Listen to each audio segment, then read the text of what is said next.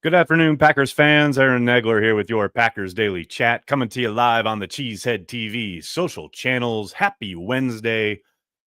There's some Packers news today. I mean, there are headlines. I don't know about news, but there are things to talk about. Some percolations on the Jair Alexander front, some new, fresh, possible Elton Jenkins drama. But I wanted to start with the way the morning started when you woke up, undoubtedly, to the alerts from various insiders that George Pickens, the wide receiver, had been traded from the Steelers to the Cowboys for a third-round pick and some later swaps. And almost instantly, I'm not going to say it was immediate, but very, very soon after that news was made public, I saw people pontificating. My buddy Justice writing about the possibility of the Packers trading Romeo Doubs to the Steelers because now they would need someone opposite DK Metcalf. You look at what they have on offer at the moment in the Steelers wide receiver room. You got to think they're probably going to add somebody. Now, I suspect they'll probably sign a vet on the street, but there's a possibility maybe they try to make a move via trade and maybe the Packers get that call.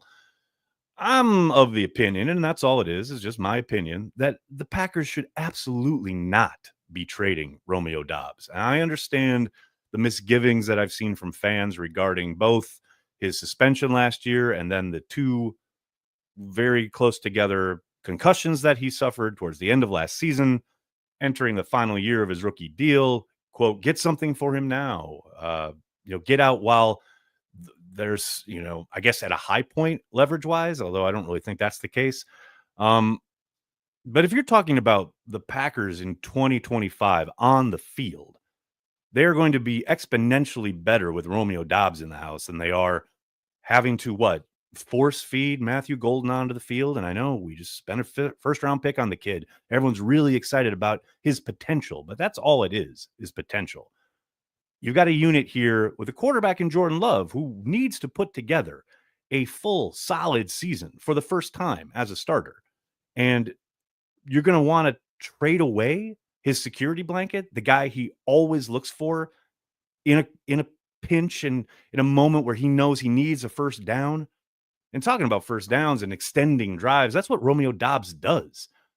Jacob Morley, who does great work, if you're not following him on Twitter, I highly recommend you do, tweeted this out this morning, which I don't know if this was in response to some of the Romeo Doubs conversation, but I found it very interesting that, Jaden Reed and Dontavian Wicks combined for 20 drops last season. 11 of those occurred on either third or fourth down. Those are drive killers. Those are drops that not only kill drives, but most likely often take points off the board. And then you turn around and you look at Romeo Doubs. 32 of his receptions out of 46 on the season resulted in first downs. This is a guy who moves the chains, who gives your offense more opportunities. I understand he's not incredibly dynamic. He's not a true classic wide receiver one, as seems to be an obsession with the Green Bay fan base, media, what have you. But man, he is reliable. He is consistent. Yes, he's had his own drops, no doubt. Every receiver does. But when you talk about the Packers offense and his being in sync with the quarterback and a quarterback who trusts him implicitly in any situation, you don't want to get rid of that.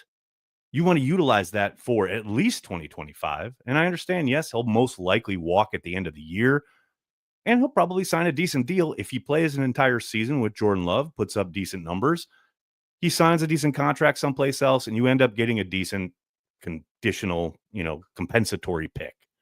I don't understand this desire to trade away guys instantly when, we're trying to work on building the offense and Jordan Love and taking steps forward.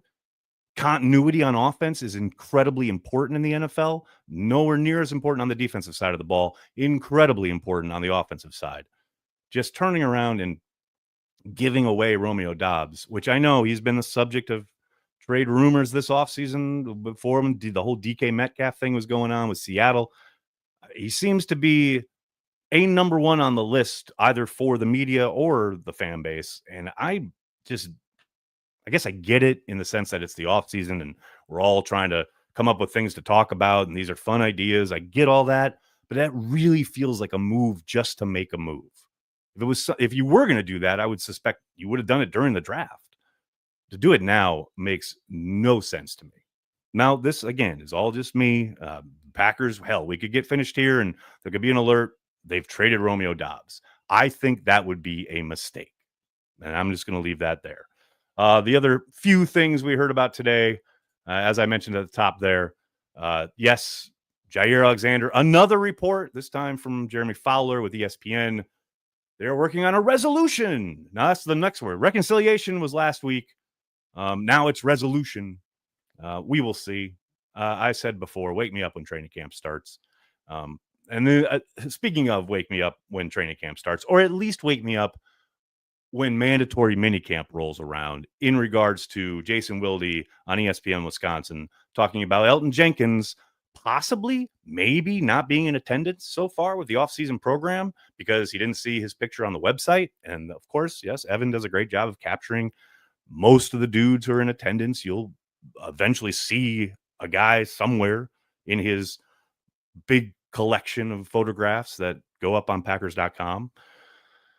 I mean, it's voluntary, right? This is part of the problem with the offseason in the NFL is that every little thing becomes a story. And I'm not, Jason, to his credit, he couched it. He had caveats. He said, this is just a possibility and something he's noticing, and he's not making a headline yet, but they did clip it and put it on, social, because that's what we do in this internet world of ours. Man, Elton Jenkins, I don't care if he's in, I don't know, Africa on a safari. He can be right now. It's voluntary. When it's mandatory minicamp and he's not there, then I'll talk about it. And those are my words about Elton Jenkins this afternoon. What's going on, everybody? Hope you're all doing well. Good to see everyone mixing it up in the comments section as per usual. I see we've already got conflicting opinions here, which is good. Embrace debate, right? YouTube user with a really original handle right there. I wholeheartedly agree. I very much think that you are wise, sir, if you agree with me. No, I'm totally kidding. Alex, on the other hand, says, love Romeo, but I think he should be traded. I'm crazy. I know. You're not crazy. Like I said, I understand the thinking. Alex continues, but between him not showing up this last season and the multiple concussions over the last half of the year, I think it's best if he goes. But I understand those things happen in this past season that just occurred, right? But what happened after the suspension, right? He showed up and he balled out. I understand the concussions are a concern, but is that your selling point to a team looking to trade for a wide receiver? Hey, guess what? We've got this guy who he had a couple concussions at the end of the next year. How about a 4th round pick? There's if you're concerned about it, probably the other team will be concerned about it. And there's the other thing. When it comes to something like concussions or head trauma or what have you, man, the teams have way more information than we do. And if they aren't concerned, and Brian Gutekunst was asked about it this offseason and said he has no concerns, then, I don't really see it as an issue. Yes, it's something to monitor, and it's certainly part of the past. No doubt about it. You can't completely ignore it. But I don't think it's the overriding kind of factor when you're talking about whether you should or should not trade Romeo Doubs. I think his potential production in 2025 is way more important. We got Soder up in here. What's up, Soder? How are you, man? Dennis is here, of course. How are you, Dennis? Engine. Well, if it isn't Aaron Nagler. Yes, it is. It most certainly is. Matt. Dobbs is just as bad at dropping the ball, and he's got a 3-year track record of it. Let's not call him the consistent guy. He's a consistent guy moving the chains, Matt. I mean, I understand. As I literally said into this microphone about 5 minutes ago, yep, he's had his fair share of drops. No question about it. You know who else had their fair share of drops the first 3 years in the league? Jordy Nelson, James Jones, Donald Lee, all guys who went on to become really good at their positions. All 3 of those guys with the Green Bay Packers. But who knows about Dobbs? I mean, yes, he'll play in Green Bay this year, and then who knows where he goes after this season. But he's also been consistently there for Jordan Love and moved the chains. That's consistency, man. I don't know what to tell you when he's got more than 30 of his receptions in a 46 reception season went for first downs. That's pretty damn consistent. That's a guy who's moving the chains. on a team that is consistently dropping the ball on third and fourth down, he's the guy saving your ass, or he was. We'll see what this season brings. Rob Kress says Malik Heath time.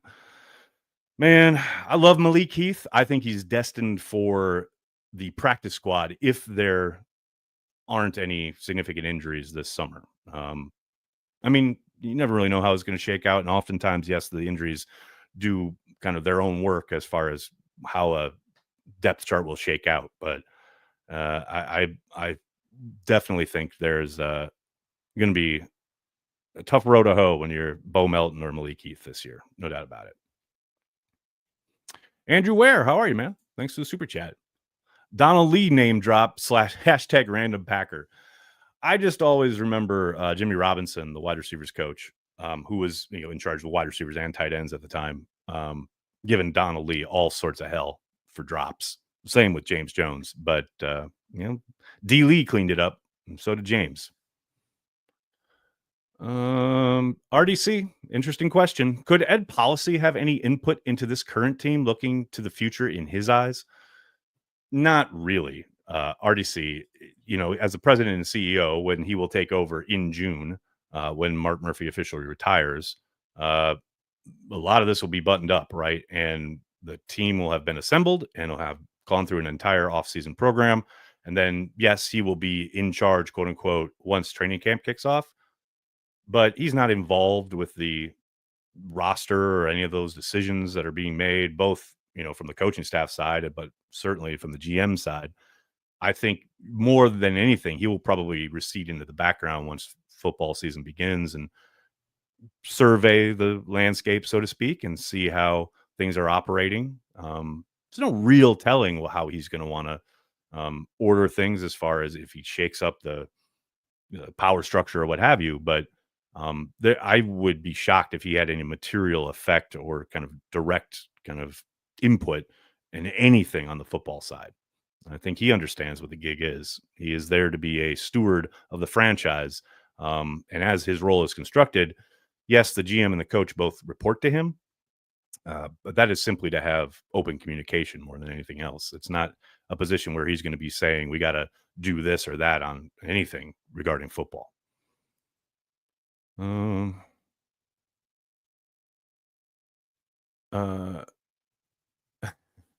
I love, now we got some flashbacks here to James Jones time. JP, thanks for the super chat, man. Jacob seems pretty upset about his Raiders exit.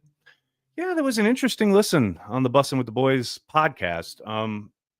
He's just such a breath of fresh air as far as how he is pretty open, right? In front of a microphone in a media setting, whether it was on that podcast or down at the Super Bowl. I do like how he is unafraid to give you his actual thoughts on things. And yeah, man, the Raiders exit really sounds like the Josh McDaniels thing was not his cup of tea. No, there's no doubt about that.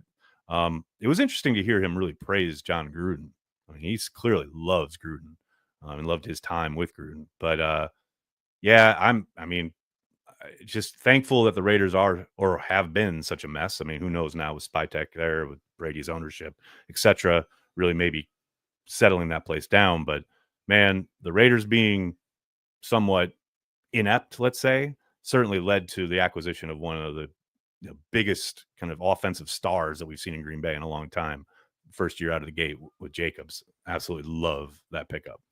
Nighthawk, thanks for the super chat, man. Has anyone knocked you over with a feather after the golden pick? Who was your first round prediction pre-draft? Mine was Harrison. I think it was Kenneth Grant was my pick. And yes, I was very surprised that they selected a wide receiver in the first round. Kenneth Grant, sadly not there to be selected, so we'll never know, although I'm pretty sure they wouldn't have selected Kenneth Grant. But yeah, the golden thing very much surprise me. No doubt about it. I mean, hell, when you haven't taken a wide receiver since 2002, it's a surprise when you do. No doubt about it. Ed, thanks for the super chat, man. Speaking of things you can't ignore, Bears fans, they are everywhere here in Chicagoland. Need a can of beer, fan be gone spray. Yeah, I will admit, hold on, guys. I will admit, I I really loved living in Chicago as a Bears fan or as a Packers fan, but it's because the Packers were beating up on the Bears each and every week, much like they do now. So it's great when you're a Packers fan. You do see lots of Bears fans, obviously out and about in Chicago, but it's easy breezy, man. You have complete control of the rivalry. I mean, even with the Bears finally winning one after 11 tries against Matt LaFleur, we're still way, way ahead in the all-time series, total control of the recent kind of matchups. And I get it, man. Caleb Williams now, and they got a new coach, and they're all very excited, as they should be. And none of that shit matters until we get on the field. And yeah, I'm excited to see how this rivalry goes forward now with a coach in Ben Johnson, who certainly liked his moment in the sun to poke the bear that is Matt LaFleur a little bit. And now Matt has returned serve, so to speak, on both McAfee and on Bussin' with the Boys. So, hey, man, the rivalry is always fun when both teams are, I'm going to say contenders, but they're both, good, right? And it has been rare in the recent history of the Packers and the Bears for both teams to be good at the same time. It just ups the urgency, man. It ups the vitality of the rivalry, man, to have a big game that matters late in the season against this hated longtime rival. I love that shit, but we so rarely get it, especially in this rivalry. Peter, thanks for the super chat, man. Do they usually do an introductory press conference for the new Jefe, El Jefe? If you're talking about policy, I can't remember. I believe, if I remember right, this is 16 years ago. If I remember right, I think Murphy did have a introductory press conference, and I suspect Ed Policy will as well. Again, that would most likely be sometime this summer. Maybe they hold off for the start of training camp to have something like that, possibly in conjunction with the shareholders meeting. They always do an availability afterwards, and maybe that will be his first time speaking as president, CEO, etc. His first kind of press conference, but maybe they do it before then. But yeah, we will certainly hear from Ed Policy prior to the start of this season. That will happen. Andrew, thanks again, man. That Jones TD catch against Pittsburgh, beautiful. I mean, he had so many of them. 14 of them that year he came back and led the league, right? But yes, against Pittsburgh, touchdown, gorgeous. Absolutely love it. Oh, the Badger Trio with a hot take. They let Dobbs earn a second contract this fall. Look, I'm not saying it's impossible. I do suspect, if the guys that were drafted this year, along with guys who are going in their third year, like Jaden Reed, Dontavian Wicks, etc., if everyone takes the expected forward steps and develop the way the Packers are hoping and expecting, I think there's a very decent chance they let Dobbs walk. Now, that said, that's no given, right? And to your point, if he balls out, it's going to be hard not to keep him around, especially like I was talking about, how productive he is with this quarterback and this quarterback's trust in him. It's not over. There's a lot of ball game left. And certainly, yes, this season will, be another component when you're talking about all the information gathering that the Packers do before they make that kind of decision. Yeah, 100%.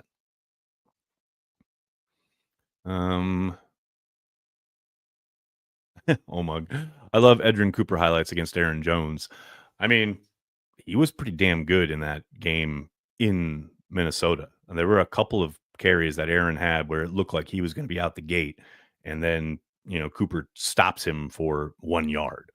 Like in the past, those have mostly against the Packers defense in particular been like 8, 10, 12-yard gains. And Cooper absolutely negates most of that. Yes, it's a lot of fun to watch. And hopefully we get to see a whole hell of a lot more of it in 2025. Stralev, this is a very good observation. They love stacking the positions for that competition to light fires under people. 1,000,000,000%. And look, if you are upset at the proposition of competition, well, this is probably not the gig for you, right? Now, I'm not saying that, in any way, shape, or form can automatically be applied to any of the wide receivers in Green Bay. I think all of them are welcoming of any type of competition. But certainly when you see two wide receivers get drafted right out of the gate in the most recent draft, yeah, if you're Jaden Reed, if you are Dontavian Wicks, you are, you know, lighting that fire, hopefully. You want that competition to prove you are the best, that you are the best option, that you are the guy that they can trust and eventually, hopefully, give another contract to, right? I love the idea of competition within each room and keeping guys on edge and keeping guys striving and moving forward and looking forward rather than maybe getting a little complacent. Badger Trio, thanks again, man. Love also has to ball. He now has the weapons. I mean, this is my thing with Jordan is he can do it. We've seen so much high level play from Jordan Love in his 2 years as a starter. Now his next step is to do it consistently throughout the season. I remember Aaron Rodgers talking about this years ago about, you know, greatness. The way you define greatness in the National Football League is doing it at a high level on a consistent basis, not just week in and week out, but year in and year out, season after season, for a full season. You know, we've seen Jordan Love play extremely well in stretches. We've also seen Jordan struggle mightily in stretches. So this is a year where, to your point, yeah, they've added some weapons. Certainly, you hope the continued maturation of the team as a whole on offense helps him in that regard. Certainly, they've added pieces up in front of him. That's a big component, making sure he can play in rhythm rather than having instant pressure at times that certainly seemed to throw him off towards the back half of last year.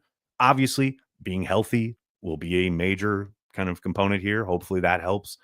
But yeah, we need a whole season of consistency from Jordan Love.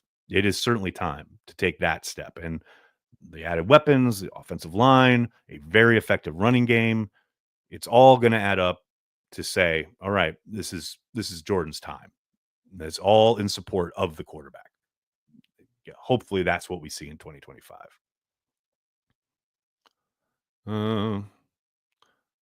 Joe, I am worried they signed a proven player like Simmons, but still won't give up Quay's reps. Joe, proven. Proven how? Proven by two teams letting him move on? I mean, his first team traded him before he reached his rookie contract. He's coming in here to contribute on special teams. Anything you get out of this guy from scrimmage is gravy. I mean, I do think there'll be a package or two where he is utilized, but man, Quay Walker is your middle linebacker, and he's going to be paired with Edgerrin Cooper on the majority of defensive snaps this year. Wrap your head around it, buddy, because it's coming and it's happening. Isaiah Simmons, the only thing he's proven is that he doesn't really have a position in the NFL, but he's a really good special teams player, and that's why he was signed. Tulio, I like where your head's at, man. Jordan will ball out and will get the league scared. I have seen the future. Trust me. Source? Trust me, bro.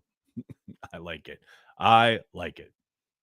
I see some folks asking about the possibility of Alan Lazard to the Steelers.